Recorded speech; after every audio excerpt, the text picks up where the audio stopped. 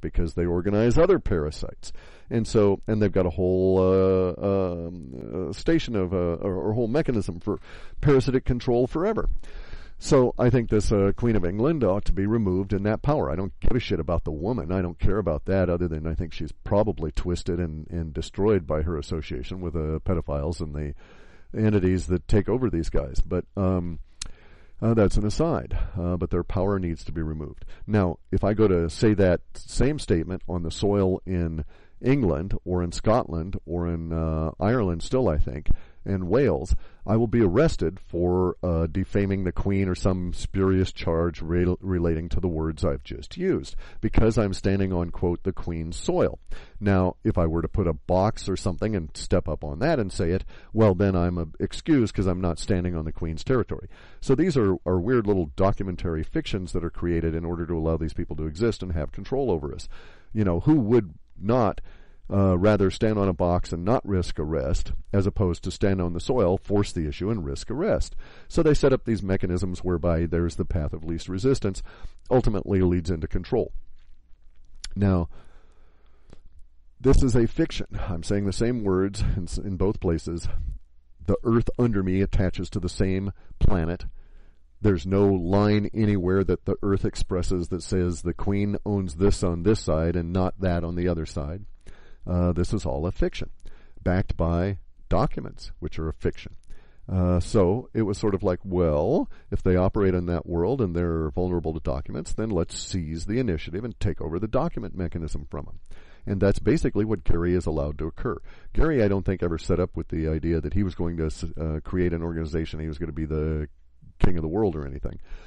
But he did allow a space to be created. He was pivotal. He dedicated his life to it. And we have now the world government of world citizens. Now, this is not a government like we think of based on nation states, so get that idea out of your head. But the terms have to be used in order to quell the nation state problem. So we need to have something above nation states that is not the breakaway civilization, that is not the New World Order, that is not the useless United Nations, which is, the pedophiles' favorite tool for coercing everybody. But we need to have a really effective tool as world citizens for kicking the shit out of the bastards that have destroyed the planet and are continuing in that basis. Well, hey, the world government of world citizens is that tool. We can create another one, just as easy as Gary did. We could go to the trouble and so on, but I don't see the point. There's millions of people already signed up for this. It's demonstrated its effectiveness in issuing passports and other documents that pass legal tests. It forces the legal system and governments to cave. It's great reading Gary's books about how the government has reacted to it, because basically when in doubt, government does nothing. Authority does nothing because they don't want to force the issue, because it always brings them up to another point of vulnerability. And bear in mind, there is no such thing as government per se. There's no beast you can go on out and say, ooh, that's government. Instead, there are all these individuals who are operating within mind-controlled boxes and very narrow parameters for their behavior. So you can go in and predict how most bureaucrats are going to behave in any given situation, because they have very few motivations. Most of the motivations is, don't cause me problems. My life is shit. I don't want any more problems. And so if you can offer them a way out for any problem you may have caused, usually they'll take it. Anyway, Gary has presented a lot of this stuff in his books. They're worth reading. There's a lot of his material online, free, in various blogs and discussions and so on. And all of this relates to the whole and builds from human common law, which is my point. If I get into a dispute with a guy in Scotland, okay, there's this hot-headed Irishman I know over there, and I like him a whole lot, and we get into a dispute over my cursing out his favorite rooster. And so he thinks I'm a real bastard, and because I have cursed his favorite rooster, and his favorite rooster is no longer making the hens happy. And so he calls me out on a dispute. Well, common law between humans allows us to sit down and resolve that. If we need other humans to act as intermediaries, we can do so based on common law. Common law is basically a humanity-wide lowest common denominator of acceptable behavior between individuals living in the present. Now, that's a real key. If you notice this, when you go to the World Citizens, worldservice.org site, They say, and when you sign up to be a world citizen, and I would not have pursued this had I not seen that in there, they want people that are living in the present. Well, if you're living in the present, you're here now. You're not basing your actions on some future gain promised by religion, politicians, or something else. You're not part of factionalism, which is based on an abstraction. You are living here. So somebody living in the now looks at Max Kaiser video, and he sees Max Kaiser doing things that are positive for humanity as a whole. Somebody living not in the now, somebody living in an abstraction, watches that same video and says, oh, disgusting Max Kaiser, communist, socialist. Well, let's look at the difference there. The person who is saying that Max Kaiser is a socialist or a communist is expressing and labeling Kaiser for behavior that individual thinks is communistic or socialistic. Now, but that individual has crossed a threshold in my mind. That individual is not living in the present.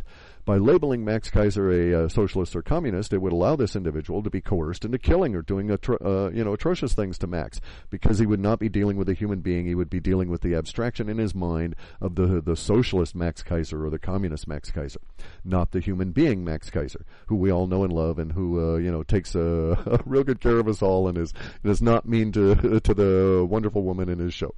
And so this guy would see a socialist and yes, you can kill socialists because you're not a socialist, or you can kill communists because you're not a communist, or you can kill Jews because you're not a Jew, or you can kill Arabs because you're not an Arab, or you can kill Palestinians because you're not a Palestinian. These are all artificial constructs. Basically, it comes down to you violating your moral integrity and killing a human. Now, if I'm going to kill a human, I got to have a really damn good reason for it, and I ain't going to do it for your reason. I don't care who you are. I'm very moral, vegetarian. I don't even kill to eat. I will kill to defend myself, and for other circumstances. That's not going to be a doubt. But I ain't going to do it for your reasons. And I don't care if you are the nation state or my neighbor. I simply do not kill for others' ideas. Nor do I commit atrocities on other individuals, nor do I label them, because all of that ultimately leads to the act of committing atrocities. If you can get people to believe absurdities, such as socialism and communism are actually individuals and humans rather than an abstraction that you happen to think about in a particular way relative to the behavior of other humans, that you've been taught or schooled to think is that way, by the way, then you can go out and kill them. And see, that's the real problem. We can't have that anymore. We need all of our world citizens to stand up and behave under common law as competent stewards of their lives and the planet, to be fucking adults. And I don't see that in the politicians. I don't see that in the Robomnis or any of these bastards, any of the guys in Israel, the BBs, any of these people. They are not adults. These are not people living in the present. These are people that have got their minds all fucking warped out by some abstraction, spiraled in on it, and they're using that abstraction as a basis to go out and commit atrocities and kill other humans. Now, we need all the humans we can get because we got tough times coming, and some of these humans may have enough brains to get us out of this. And so you go kill some poor 8-year-old girl in Palestine, and you don't know that 10 years later she was going to invent a device that would save your fucking grandkids. And you kill her because, hey, she's a Palestinian. She's a non-human. She's a goy. She is a cattle in the language of my Zionist mindset. Now, I'm not a Zionist. I'm just playing a role there, and that's how these people are thinking. Because they are living in a level of a non-real, non-present moment, they are capable of this action. Any world citizen living in the present moment will not be capable of such action. There are key ways to live that will prevent such things as factionalism taking over the world government of world citizens. We won't have that kind of a thing because of the admonition that you must be in the present moment. And if someone wants to argue with me and they start bringing up abstractions, what I have to then do is force back on them. These abstractions and labels are projections that are coming from your mind and do not reflect the state of affairs actually occurring in the present moment. And since we are at risk in the present moment, if you're not living in the present moment, you're not aiding us, so get the fuck out of the way. And that's basically what we're going to end up with. The nation state is an impediment to the survival of the species. It must be done away with. We need to do this in an organized, coherent way. Anarchy will not allow our species to move forward. Anarchy is not a solution.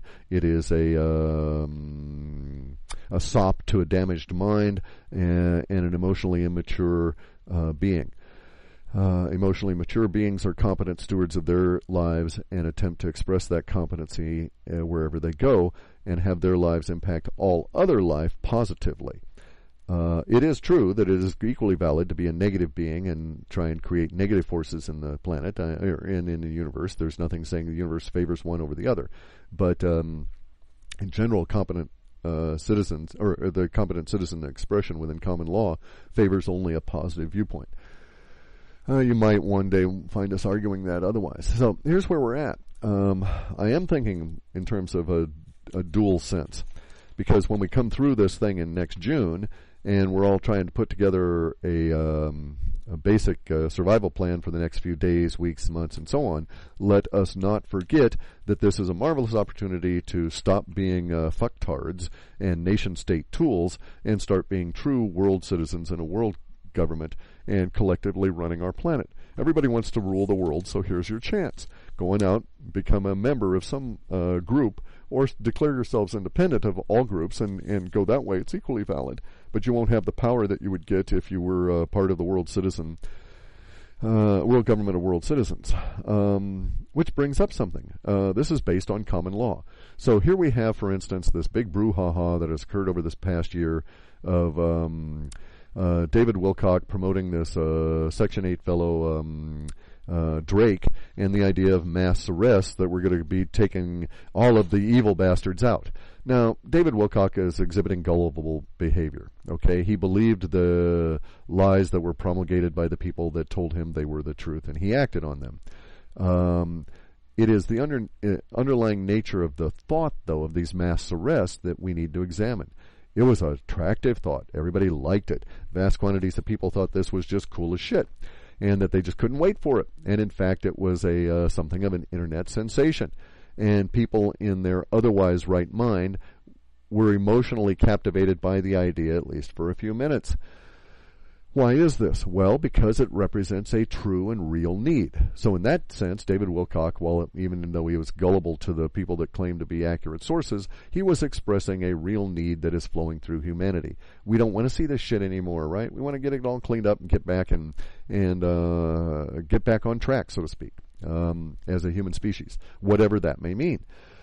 But as an expression of that, we know that we got to get rid of all the banksters and all the people that are corrupt and causing all the problems at the top. And so the expression of the mass arrest I saw, and even spoke about it on the Red Ice interview and so forth, was not a bad thing. The disinformation was bullshit, and it was bad, but the expression itself coming from humanity is part and parcel of this whole desire for a world government operating under common law, etc. Now, that brings us to this specific point. In the Drake fantasy that Wilcock promulgated, there were going to be mass arrests. And they never really got down to it. They said, the U.S. military would do it, and so on and so on. But when you understand how the world functions, what authority, legal document authority, would the U.S. military have for arresting the CEO of a South American corporation, or arresting Ratzinger the Pope for all of his crimes against humanity? There would be no legal basis, and there's in fact no court that could legally try these individuals that are transnationalists and are committing crimes against humanity and not necessarily crimes against a nation state. Again, a limitation of the nation state. It can only deal with the shit that it claims within its borders and those individuals it claims it owns. And by the way, if you accept an American passport, a U.S. passport, you are in de facto agreeing that they own you and they can control your movements. The world citizen, world passport is not that way. They don't refuse to issue you a passport because they don't like your politics or because they want to control you. They don't refuse to issue a passport. They issue you a passport. If you misbehave with it, you are subject to being affected and arrested and dealt with in whatever territory you misbehave in, but they are not prejudicial. nor is there any kind of an attempt for a political, religious, or any other agenda through the world government of world citizens. You need a passport, you're a displaced stateless person, or you need a passport and you're not telling them why. Doesn't matter to them. They will issue you a passport because you are a de facto world citizen. You're a human, you're requesting it,